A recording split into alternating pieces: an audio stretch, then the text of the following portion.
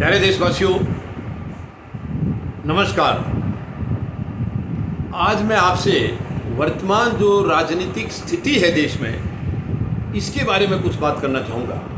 वैसे तो ये पूरा देश जानता है कि भारत को आज़ाद होकर के 75 साल हो गए हैं और इस 75 साल में हमें एक जिम्मेदार सरकार जो जनता के प्रति वफादारी रखे, जनता के प्रति जवाबदेही समझे, ऐसी कोई सरकार आज तक नहीं मिली है। सिवाय एक कुछ समय के लिए एक अल्पकालीन सरकार जरूर रही थी श्री लाल बहादुर शास्त्री जी की, जिसको कि देश ने महसूस किया था कि वो ईमानदार सरकार थी, लेकिन वो ज़्यादा दिन रही नहीं है। उसके अलावा आज तक कोई भी सरकार ये बिल्कुल भी महसूस नहीं करा पाई देशवासियों को कि वो सरकार देशवासियों के लिए है, जनता के लिए है, जनता की भलाई के लिए है। ऐसा कभी भी नहीं हुआ। मैं आपको दावे के साथ कह सकता हूँ, देश में राजनीति नहीं हो रही है।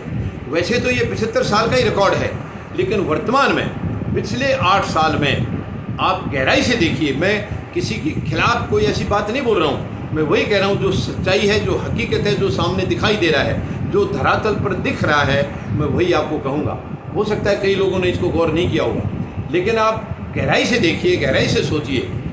आज राजनीति नहीं हो रही है, आज एक दूसरे से खुंदक निकालने का काम चल रहा है, एक दूसरे से दुश्मनी निकालने का काम हो रहा है राजनीति में, यानी एक दूसरे को नीचा दिखाने का काम हो रहा है। जो सत्ता में बैठा है, कोई भी पार्टी है, सत्ता में जो दल बैठा है वो, क्योंकि पावर उनके पास है और पावर का सही इस्तेमाल करके देश की भलाई की जाए, इससे बढ़िया कुछ होता नहीं है। लेकिन ये इनकी डिक्शनरी में ऐसी सोच है ही नहीं है। ये तो आज तो सोच ऐसी बन चुकी है कि इससे बढ़िया मौका नहीं आएगा। सत्ता हमारे पास है, ताकत हमारे पास है, हम क्यों ना इसका गलत इस्तेमाल करके अपने विरोधियों को पछाड़ें, अपने विरोधियों को सबक सिखाएं। केवल इस मकसद से आज देश में राजनीति हो रही है, इस मकसद से सरकारें चल रही हैं। ये बहुत ही शर्मनाक है, बहुत ही दुखद है। भारत दुनिया का सबसे बड़ा लोकतांत्रिक देश है, लेकिन आज भारत लाचार है, भारत की जनता लाचार है। आप देखिए, अगर कोई आवाज़ उठाना चाहे इस सरकार की गलत नीतियों के खिलाफ, तो उसको तुरंत निशाना बनाया जाता है। उसको या तो जेल में डाल देंगे, या उसके खिलाफ ईडी के छापे पड़ेंगे, सीबीआई के छापे पड़ेंगे, या इनकम टैक्स के छापे पड़ेंगे। उस इंसान को इतना कमज़ोर करने की कोशिश की जाती है, इतना जलील करने की कोशिश की जाती है कि वो इस सत्ता पक्ष के सामने खड़ा होने का साहस ही ना दिखा सके। ये बड़ी शर्म की बात है, बड़ी दुख की बात है। कहाँ है प्रजातंत्र हमारा, कहाँ गायब हो गया? जिस प्रजातंत्र का इस दुनिया में भारत के ऊपर गर्व होता था, आज वो प्रजातंत्र कहाँ है? आखिरी सांसें ले रहा है प्रजातंत्र। ये बिल्कुल भी कहीं से भी मैं आपको गलत नहीं कह रहा हूँ। आप धरातल पर देखिए, आप ज़मीनी हकीकत देखिए, आप जो भी कुछ हो रहा है 8 साल में, इस पिछले 8 साल में, वो एक दूसरे को पहले से जिसके साथ जिसकी कहासुनी हुई थी, जिसकी दुश्मनियाँ थी, तो इससे ये साफ जाहिर हो रहा है कि बीजेपी वाले इस इंतज़ार में थे कि कभी हमारे को गलती से सत्ता मिल जाए तो हम इन सब लोगों का इलाज करेंगे। आज ये बिल्कुल उसी दिशा में बढ़ रहे हैं। आज देश को जिस तरीके से शुद्ध राजनीति करके चलाया जाता है, वैसे नहीं चलाया जा रहा है। देश को हाईजैक करके रखा है, सारे सिस्टम को हाईजैक करके रखा है। आज इलेक्शन कमीशन उसी तरीके से काम करेगा जो ये सरकार चाहेगी। जो ये गैर जिम्मेदार और निकम्मी सरकार है, ये जो कहेगी इलेक्शन कमीशन वही काम करेगा। सीबीआई, ईडी या इनकम टैक्स वही करेंगे जो ये गैर जिम्मेदार सरकार उनको करने की कहेगी। ये बहुत ही शर्मनाक है, बहुत ही शर्मनाक है देशवासियों के लिए। इससे भद्दा मजाक और कुछ हो नहीं सकता है।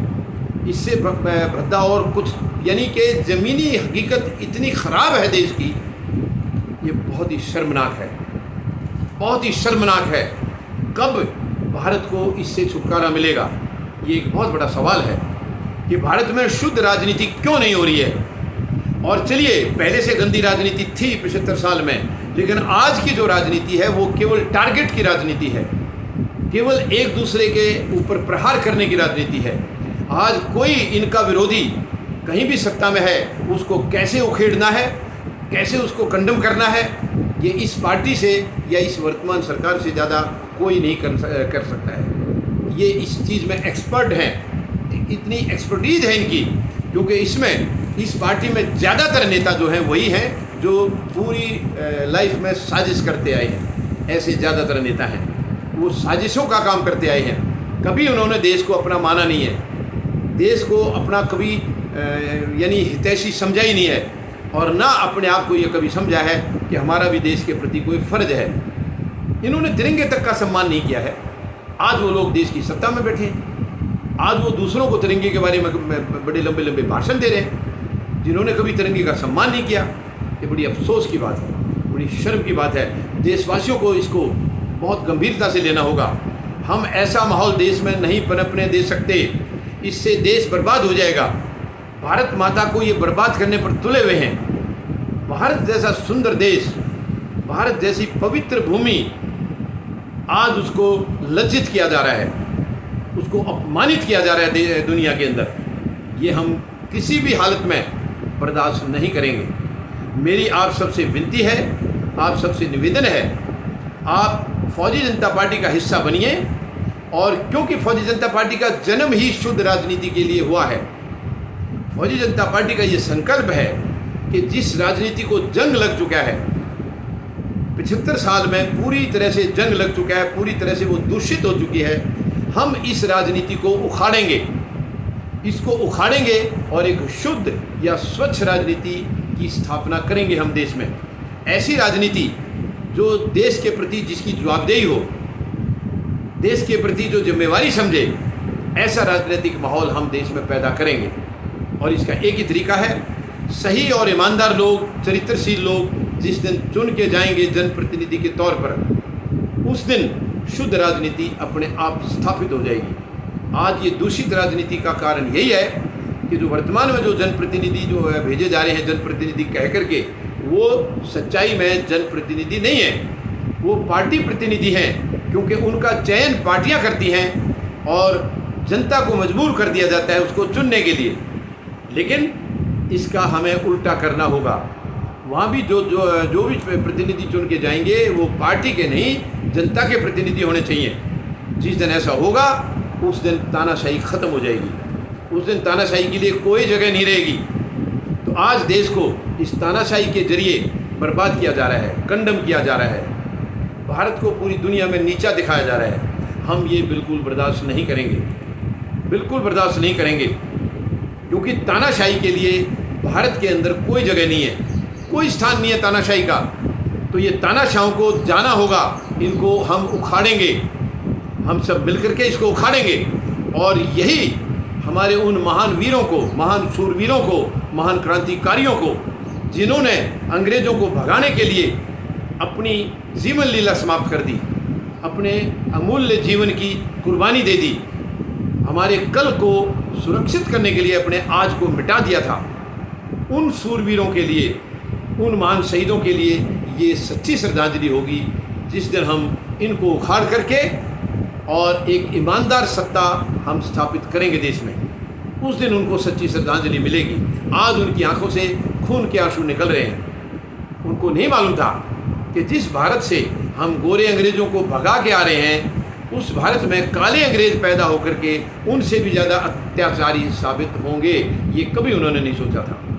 लेकिन अफसोस आज देश में यही हो रहा है। तो मैं आप सबसे निवेदन करूंगा, आप सबसे विनती करूंगा, आप सब फौजी जनता पार्टी का हिस्सा बने और इस निकम्मी और गैर संवैधानिक सरकार को हम उखाड़ें, इस निकम्मी व्यवस्था को हम हमेशा के लिए ख़त्म करें और एक लोगों के प्रति जो जवाबदेह सिस्टम होगा, जो जवाबदेह व्यवस्था होगी, उस व्यवस्था को हम स्थापित करेंगे। मुझे पूरा भरोसा है आप मेरी अपील पर गौर करेंगे, आप मेरी विनती को स्वीकार करेंगे और फौजी जनता पार्टी का हिस्सा बन करके देश से तानाशाही को हमेशा के लिए उखाड़ करके और एक शुद्ध और जवाबदेह राजनीति को स्थापित करने में अपनी आहुति डालेंगे, अपना महत्वपूर्ण योगदान देंगे। धन्यवाद।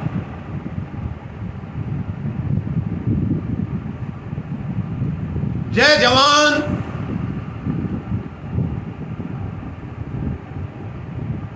जय किसान, जय हिंद।